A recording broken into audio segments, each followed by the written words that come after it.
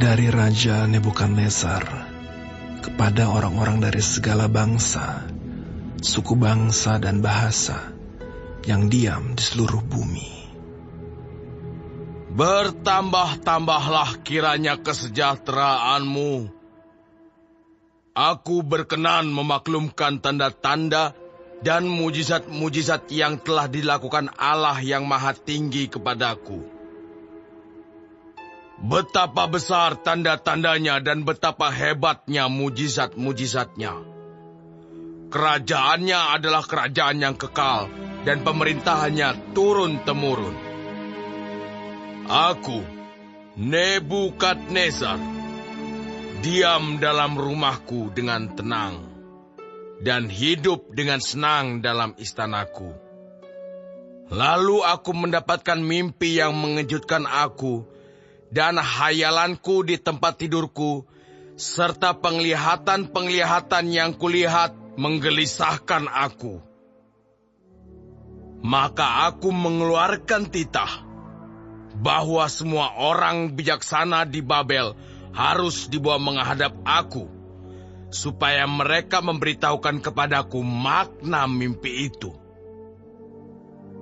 Kemudian orang-orang berilmu, ahli jampi, para kasdim dan ahli nujum datang menghadap, dan aku menceritakan kepada mereka mimpi itu. Tetapi mereka tidak dapat memberitahukan maknanya kepadaku. Pada akhirnya, Daniel datang menghadap aku, yakni Daniel yang dinamai Belsazar menurut nama dewaku, dan yang penuh dengan roh para dewa yang kudus. Lalu kuceritakan kepadanya mimpi itu.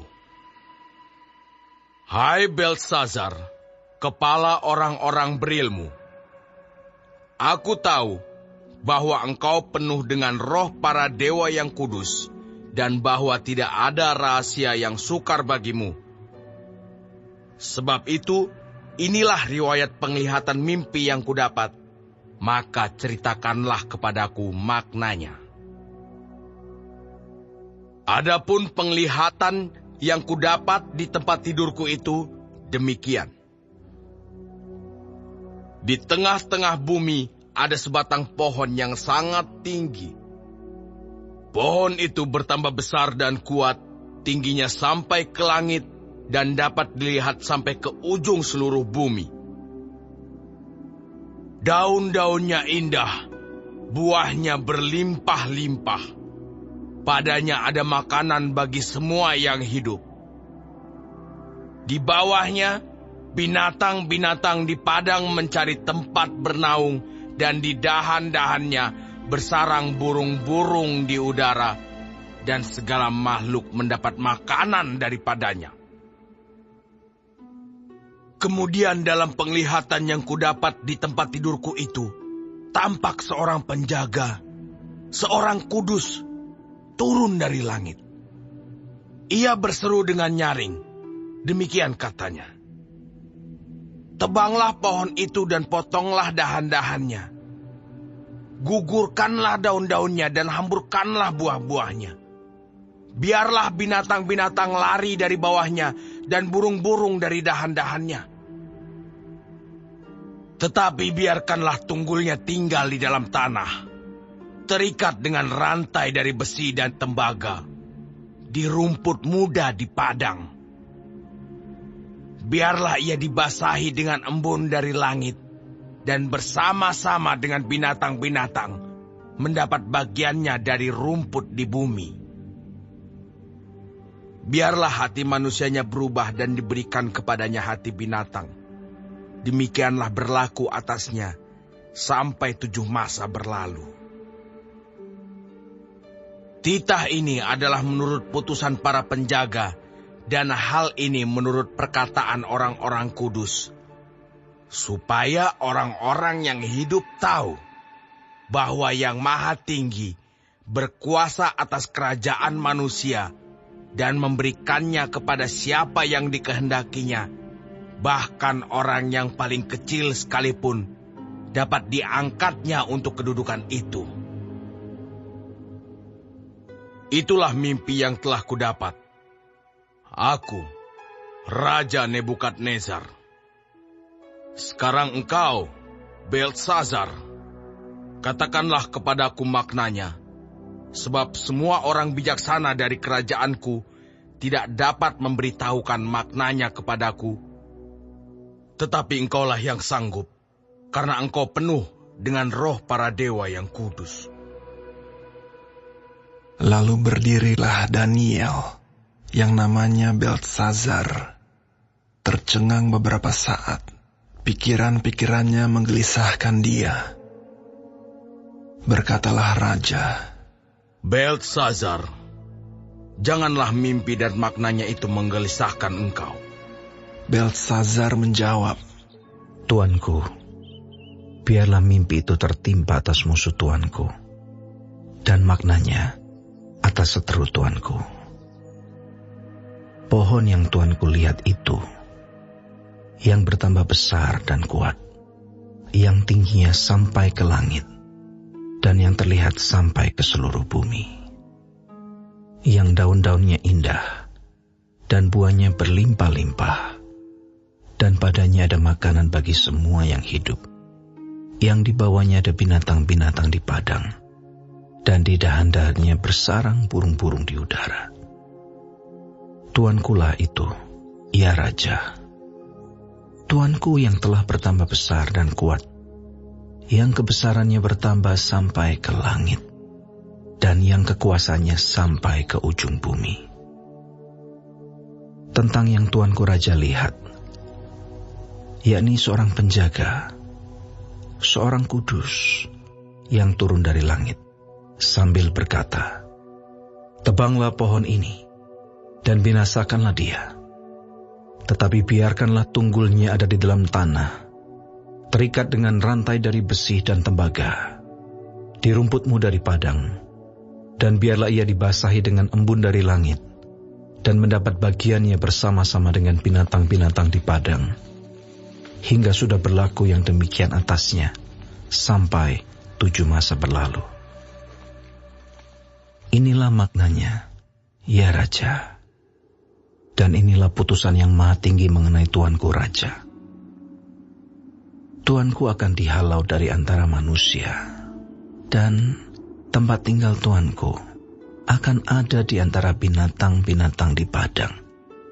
Kepada Tuanku akan diberikan makanan rumput, seperti kepada lembu, dan Tuanku akan dibasahi dengan embun dari langit, dan demikianlah akan berlaku atas Tuanku sampai 7 masa berlalu, hingga Tuanku mengakui bahwa yang maha tinggi berkuasa atas kerajaan manusia dan memberikannya kepada siapa yang dikehendakinya.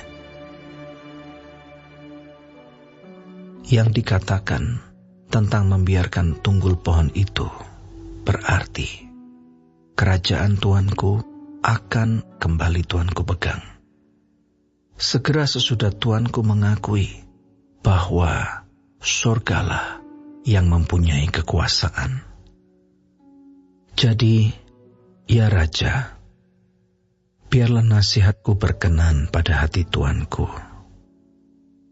Lepaskanlah diri Tuanku daripada dosa dengan melakukan keadilan, dan daripada kesalahan dengan menunjukkan belas kasihan terhadap orang yang tertindas. Dengan demikian, kebahagiaan Tuanku akan dilanjutkan. Semuanya itu terjadi atas Raja Nebukadnezar. Sebab setelah lewat 12 bulan, ketika ia sedang berjalan-jalan di atas istana raja di Babel, berkatalah raja, bukankah itu Babel yang besar itu, yang dengan kekuatan kuasaku dan untuk kemuliaan kebesaranku telah kubangun menjadi kota kerajaan? Raja belum habis bicara, ketika suatu suara terdengar dari langit. Kepadamu dinyatakan, ya Raja Nebukadnezar, bahwa kerajaan telah beralih daripadamu. engkau akan dihalau dari antara manusia, dan tempat tinggalmu akan ada di antara binatang-binatang di padang. Kepadamu akan diberikan makanan rumput seperti kepada lembu, dan demikianlah akan berlaku atasmu sampai 7 masa berlalu, hingga engkau mengakui bahwa Yang Maha Tinggi berkuasa atas kerajaan manusia dan memberikannya kepada siapa yang dikehendakinya. Pada saat itu juga, terlaksanalah perkataan itu atas Nebukadnezar, dan ia dihalau dari antara manusia dan makan rumput seperti lembu, dan tubuhnya basah oleh embun dari langit, sampai rambutnya menjadi panjang seperti bulu burung Raja Wali, dan kukunya seperti kuku burung. Tetapi Setelah lewat waktu yang ditentukan, aku, Nebukadnezar, menengadah ke langit, dan akal budiku kembali lagi kepadaku. Lalu aku memuji Yang Maha Tinggi, dan membesarkan, dan memuliakan Yang hidup kekal itu, karena kekuasaannya ialah kekuasaan yang kekal, dan kerajaannya turun-temurun. Semua penduduk bumi dianggap remeh. Ia berbuat menurut kehendaknya terhadap bala tentara langit dan penduduk bumi, dan tidak ada seorang pun yang dapat menolak tangannya dengan berkata kepadanya, "Apa yang kau buat?" Pada waktu akal budiku kembali kepadaku, kembalilah juga kepadaku kebesaran dan kemuliaanku untuk kemasyuran kerajaanku. Para menteriku dan para pembesarku menjemput aku lagi. Aku dikembalikan kepada kerajaanku, bahkan kemuliaan yang lebih besar dari dahulu diberikan kepadaku. Jadi sekarang, aku, Nebukadnezar, memuji, meninggikan dan memuliakan Raja Sorga, yang segala perbuatannya adalah benar, dan jalan-jalannya adalah adil, dan yang sanggup merendahkan mereka yang berlaku congkak.